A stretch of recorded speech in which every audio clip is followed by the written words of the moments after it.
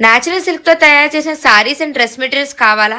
అయితే మీరు తప్పకుండా ఇక్కడికి రావాల్సిందే. ఎక్కడికి అనుకుంటున్నారా? Handloom India exhibition come sale. ఎక్కడ అనుకుంటున్నారా? అదే మన వైజాగ్ గ్రీన్ పార్క్ హోటల్‌లో అయితే పెట్టేశారు. ఇది మార్చి 26 నుంచి 30 వరకు అయితే మార్నింగ్ 10 AM నుంచి 9 PM వరకు ఉంటుంది.